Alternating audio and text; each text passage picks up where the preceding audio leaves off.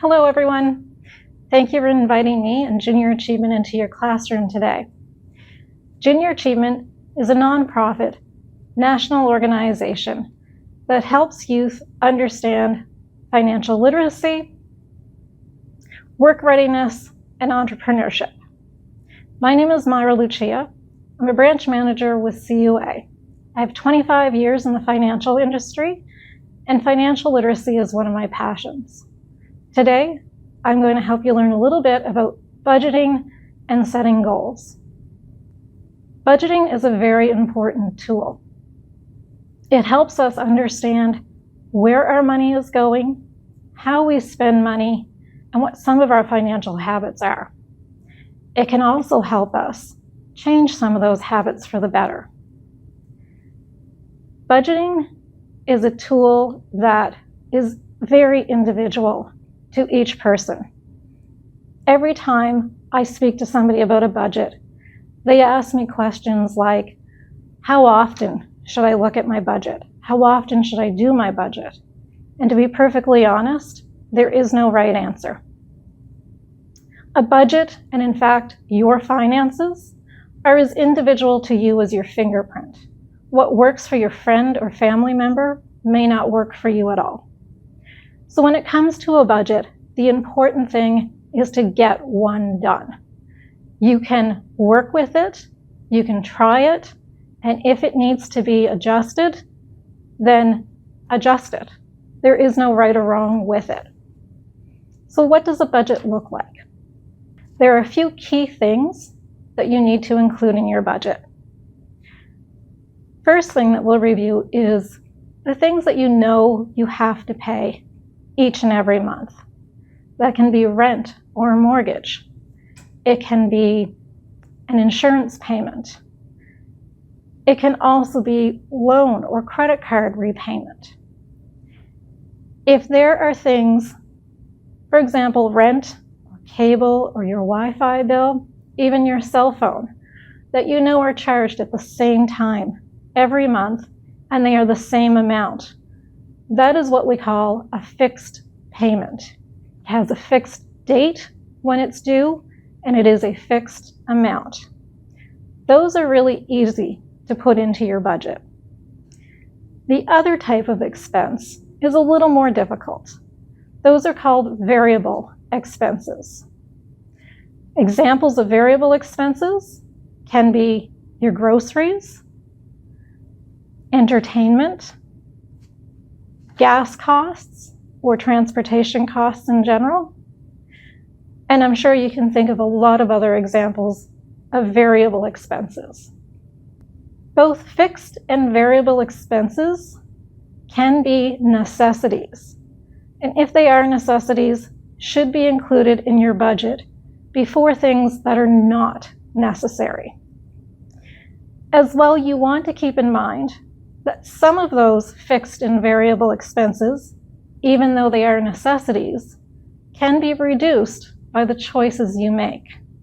For example, are you waiting in line for the next new iPhone, or will your current phone be okay for another couple of years? Are you paying for a cell phone bill that has 50 gigs of data when you really only use 5 every month? In that way, looking at your bills and what makes up your bills and the decisions you make around those can help your budget and ultimately help you with saving money.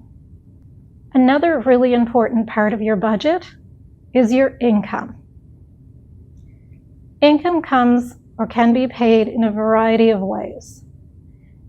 It can be paid weekly, bi-weekly, semi-monthly, or monthly. Each one of those can have its own calculation, but the big thing to remember is that when you are including your income in your budget, that you are using the income that you receive in your account. For example, if you're earning a salary of $50,000 a year, that is not what you take home, because your employer is required to pay taxes, Canada Pension Plan, employment insurance benefits, as well as other potentially mandatory fees depending on what your role is. So you want to use the figure of what you actually get in your bank account each and every pay.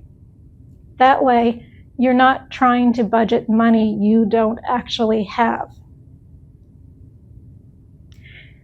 Why do we do a budget? Part of that is to achieve goals. It's not just to make sure that we're maintaining our bills day to day, but it is also to set financial goals.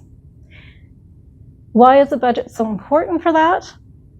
Well, there's a saying that a goal without a plan is just a dream.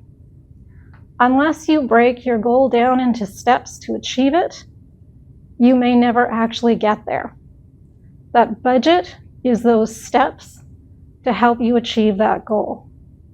A budget can also help you take responsibility for your financial decisions.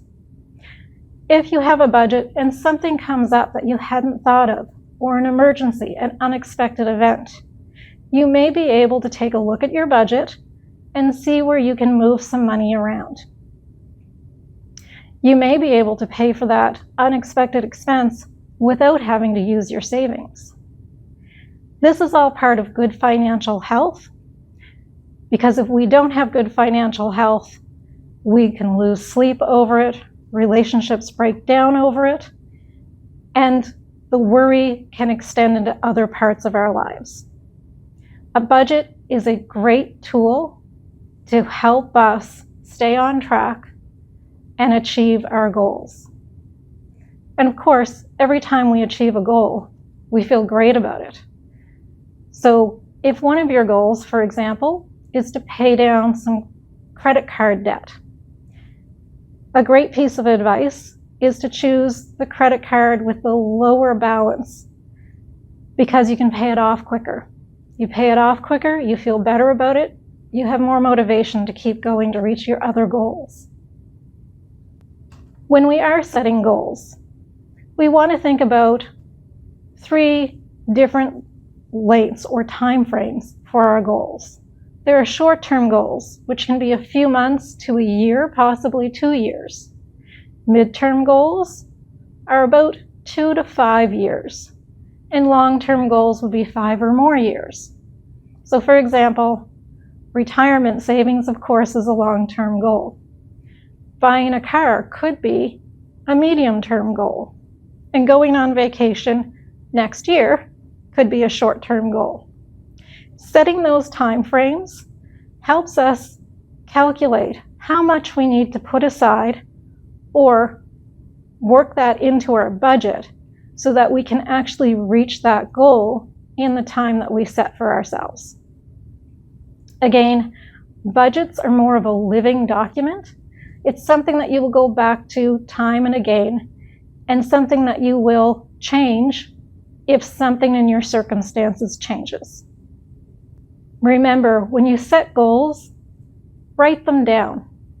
It's the best way to remember them, the best way to stay on track.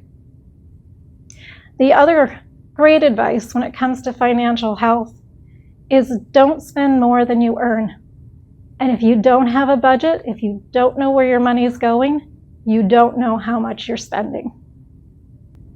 Junior Achievement has additional information on budgeting and budgeting tools on their website. I hope that you'll take a look and enjoy today's program. Thank you.